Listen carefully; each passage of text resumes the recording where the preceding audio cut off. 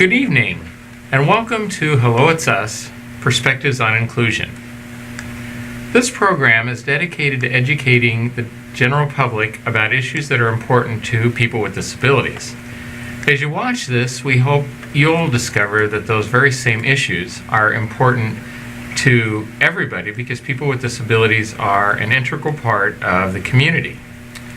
Hello It's Us is brought to you through a collaboration between the University of Iowa Center for Disabilities and Development, our good friends at Uptown Bill's Coffee Shop, and our friends here at Public Access Television. My name is Mike Hoenig. I work at the University of Iowa Center for Disabilities and Development, and I serve as a co-host for Hello It's Us. Heath. This is Keith Ruff, the other co-host. I am a disability advocate that had retired from a prior job, but I'm still advocating for disability rights and almost finished with my biography. You really are. Yes, Copies to be available soon. very soon. All right. Welcome to the show, both of you. Thank you for having us. Thank you very much. Well, yes, thank you for, I think we're setting a record here. Hopefully many of you got to see the first part of our two-part series here with Raphael and Novat. We had a very interesting discussion about their fellowship and why they're here, what brought them here. And hopefully for those of you that did not get to see that, you can Google or you can go straight to YouTube and search Hello It's Us Perspectives on Inclusion. I think that will be episode 65, and you can learn all about their fellowship and what brought them here. So now I'm going to ask each of you to introduce yourselves, and this time we'll start over here with Novat. Okay.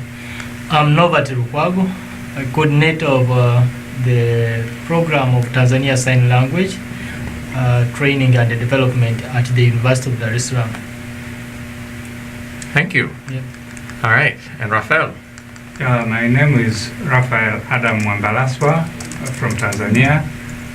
I teach at Morogoro Teachers College and currently a student at the University of Dar es Salaam. Thank you. And Derek. And Derek, I'm welcome back, Willis. Derek. Yes, Derek Yeah. Willis, Associate Director of Iowa's USET, and glad to be back. And we're glad to have Thank you. you, Derek. Well, as I mentioned last time, we focused a lot on the fellowship, and the Raphael and Novat are here for a month and learning about services for people with disabilities, conditions for people with disabilities in the United States. They're under the auspices of a Department of State grant, and there's also a partnership through Association of University Centers on Disabilities, Institute for Community Inclusions, Department of State, and HI, right? The Yes, Handicaps United International. Nations Inclusion. Yeah. Yes.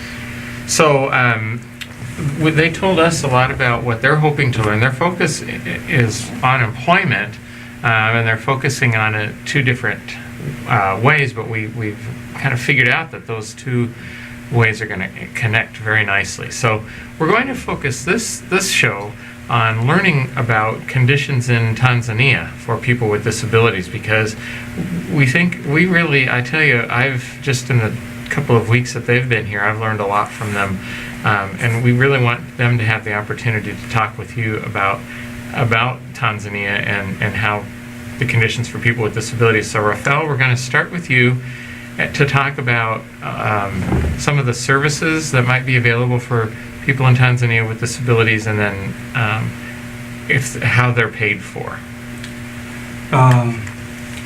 Thank you for this opportunity.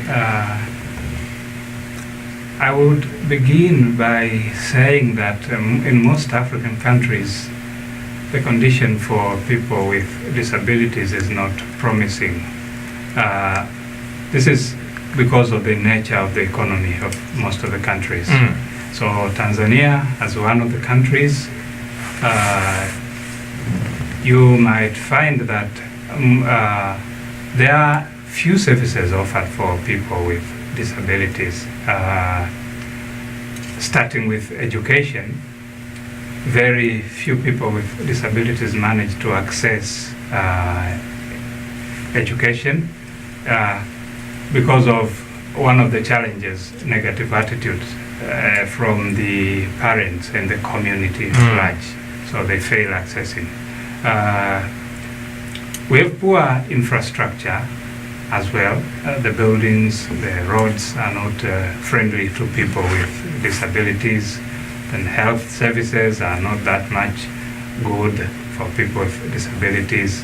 They are, there is no consideration for them.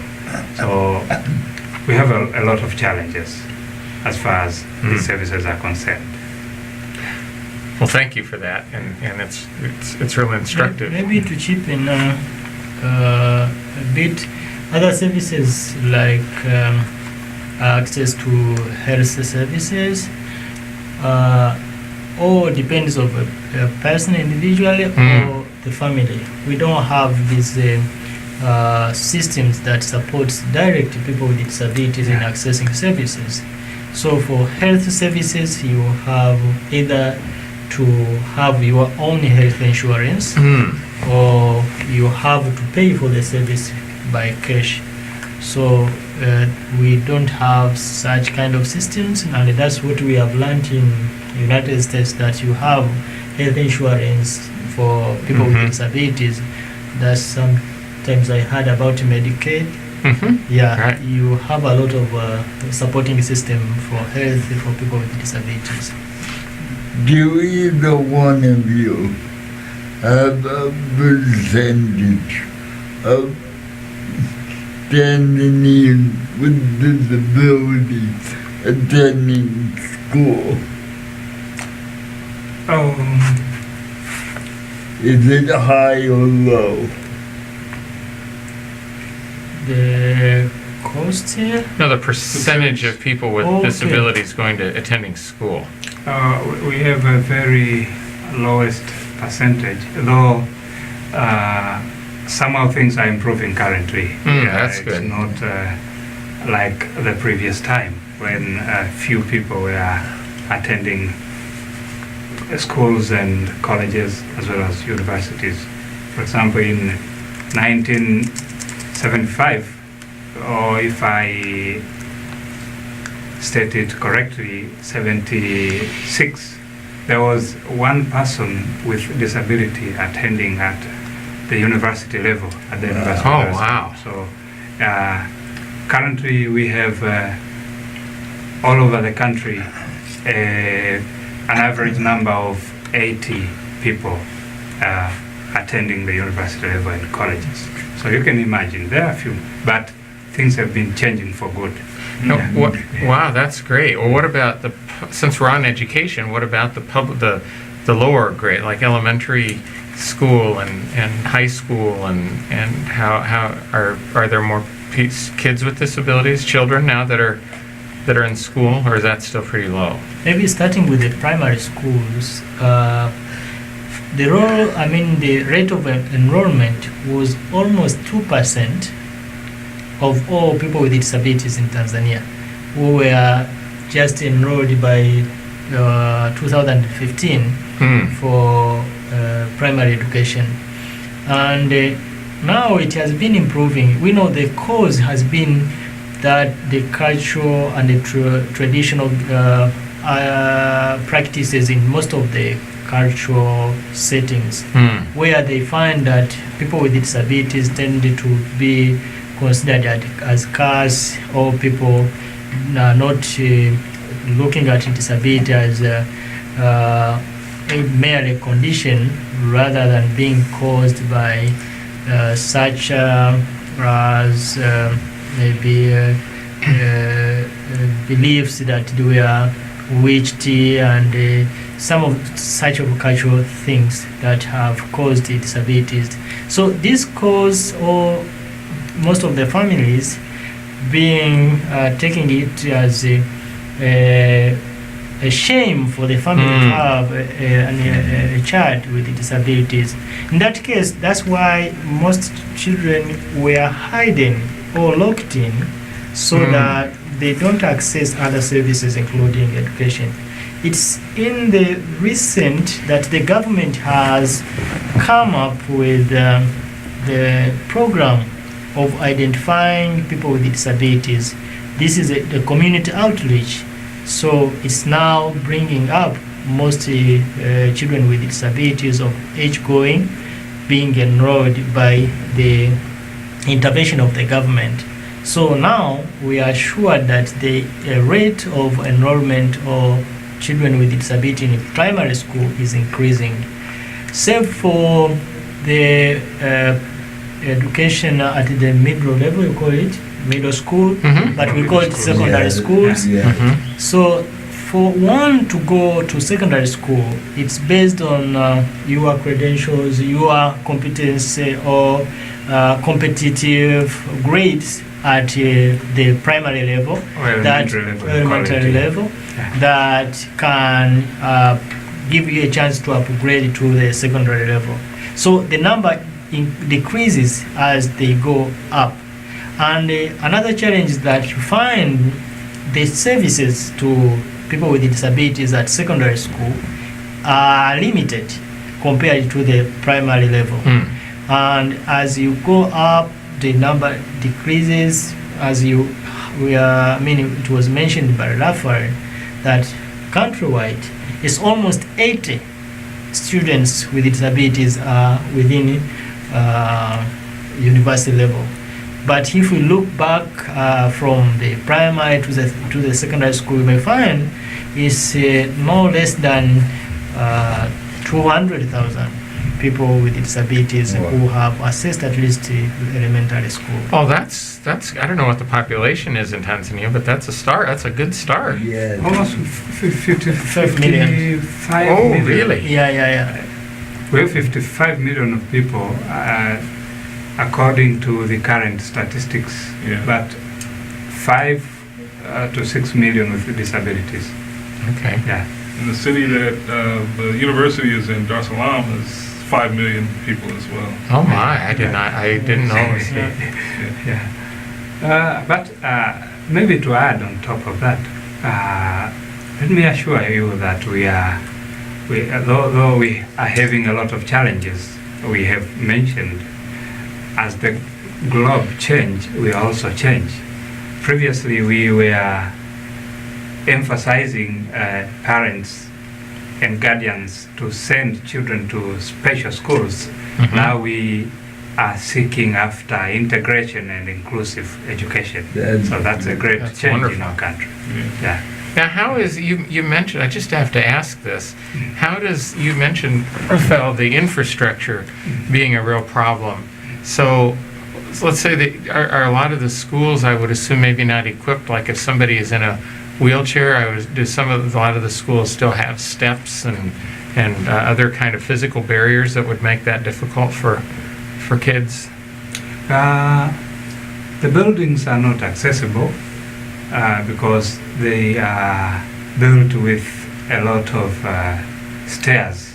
So you can imagine a person with a child with physical impairment, how she or he can get along with such a situation. It's difficult. The wheelchairs are very few and they are within schools. Yeah, they cannot suffice all the students at school. They're few, and they don't cater for the needs of an individual person with a disability. As you know, if you talk about physical disability, there are differences. Yeah, one person might have a physical disability that differs from another person. Yeah. So if you have a wheelchair that is there for all of the two people or more than that, that's a challenge, likewise. So we're used to having everybody, maybe not everybody, but most people who who need a wheelchair in this country have one, right? I mean, you get, even like if you're on Medicaid and can't afford, or if that's a hardship, then is it every 5 years, Keith, that a person can get a wheelchair? And then, Okay. yeah. And we kind of take for granted that we can get a new one. Okay. In our country, it's not guaranteed, and in most cases depends on the family efforts to make sure that you can get or purchase a wheelchair suitable for the child even before getting to school. But there are some families that can't afford to buy wheelchairs, so they expect at the time they are enrolled in schools, they can get some wheelchairs, because we have some support from the government that provide these devices in these schools, but with limited resources, not to cater for all needs or people with disabilities in those schools, but it's just to start with. So it's not everyone is guaranteed with support from the government based on the needs. That's good to hear, too. What I like to know from both of you, or one of you, what idea, what theory that you've come across in America will you be taking back? Okay, of course we have learned a lot. Within 1 week we have learned a lot, and we would love to have everything we have just seen and experienced is applied and just adopted in Tanzania. And the first thing is the systems or programs that you have for supporting people with disabilities and accessing services.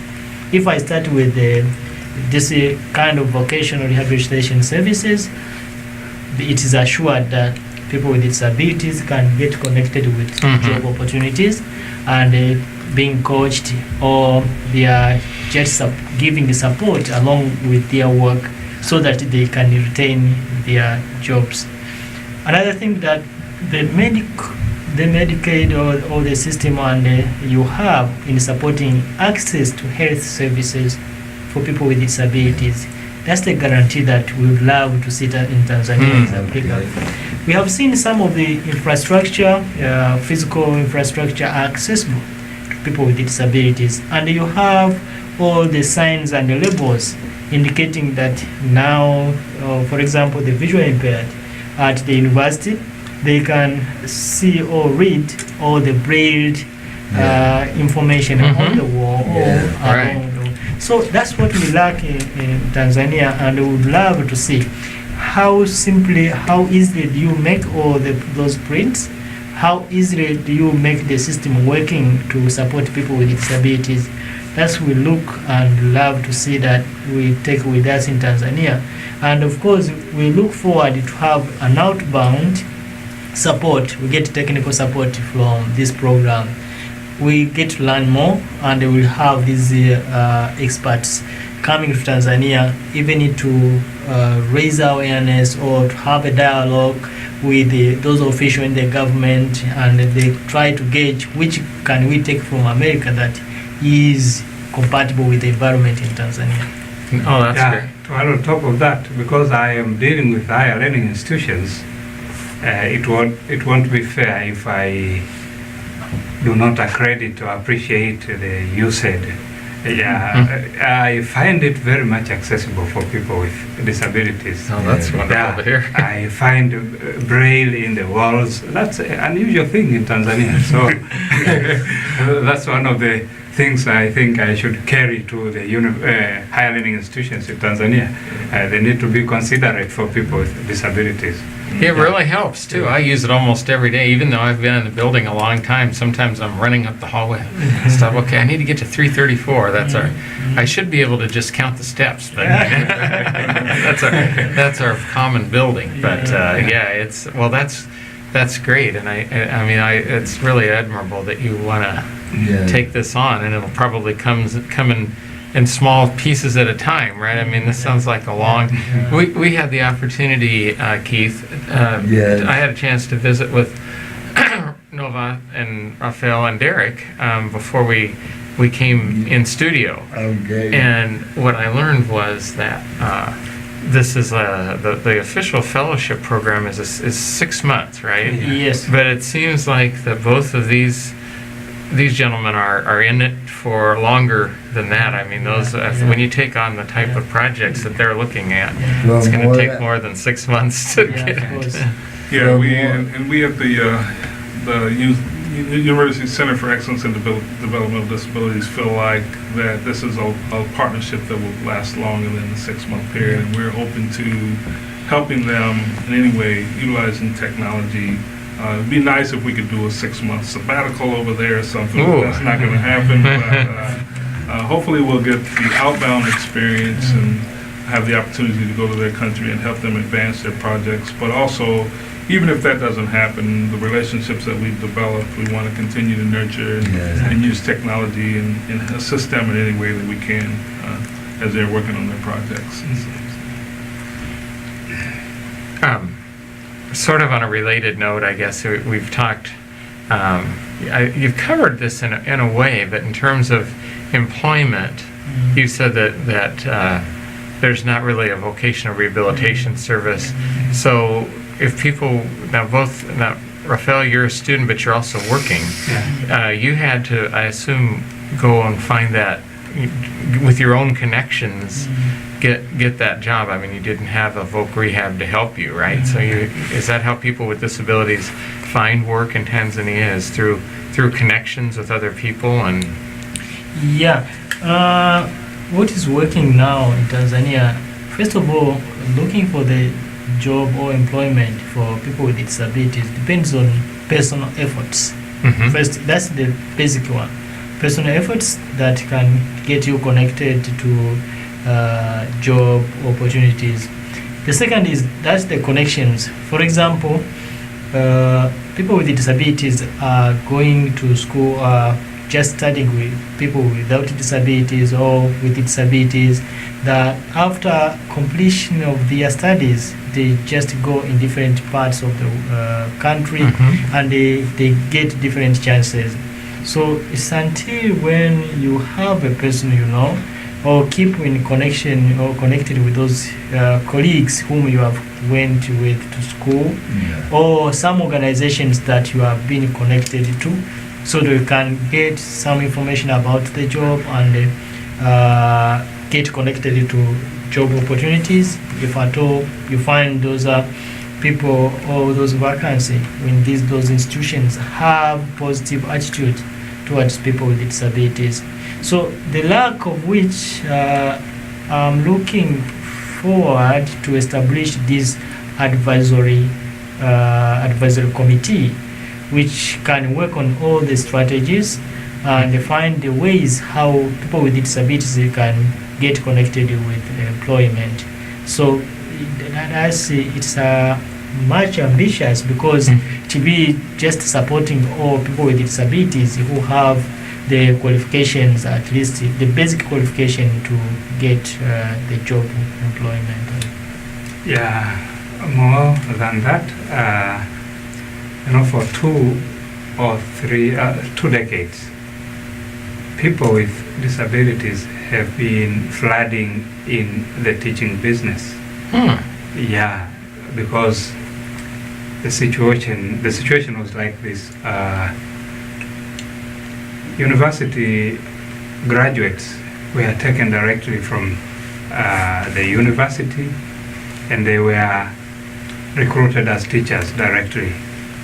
And most of the people with disabilities, especially those with visual impairment, pursue art subjects, and therefore they are employed as art teachers, teaching subjects such as history, geography, English language, Kiswahili, civics, and such subjects. So they were taken directly from the university. Unknowingly, I can admit that the government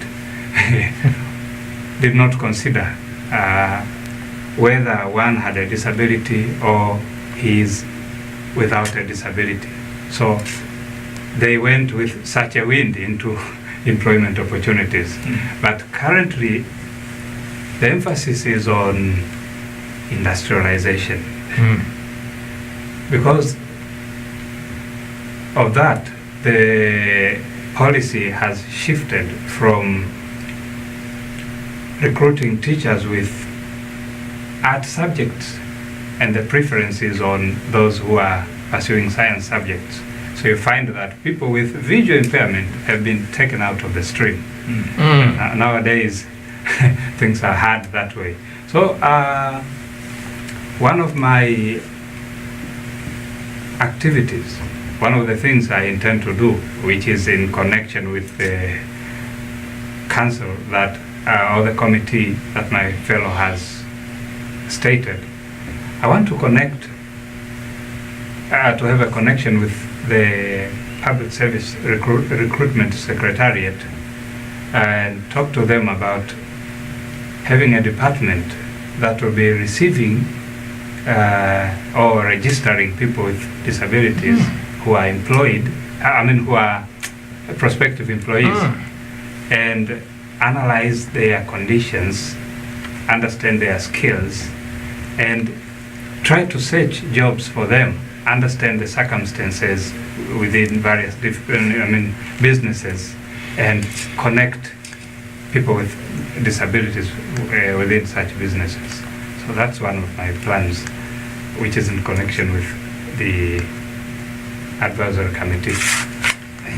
That's a fascinating, boy. That's really forward thinking, and it sounds like it's a great. If pulling the people together, it sounds like it's going to be really important in Tanzania to get people even talking about the subject and bringing the right people together. And at the right time. yeah. So I somewhat connected with that. What about any laws that are available that protect the rights of people with disabilities? You mentioned things like reasonable accommodations, and we have a law here that says you have to do that if you're an employer, in most cases anyway. Do you have anything like that in Tanzania, and if so, is it enforced? Yeah, in Tanzania we have the law of persons with disabilities, and it is well articulating the right to employment for people with disabilities, and it provides that any institution that have vacancies of which persons with disabilities have the qualification, they should be provided or employed in those positions. And people with disabilities should not be discriminated from the stage of advertising that job post or the recruitment process, even at the time they are employed at an institution. So regardless that chance is provided, there are still challenges of ensuring that people with disabilities are recruited.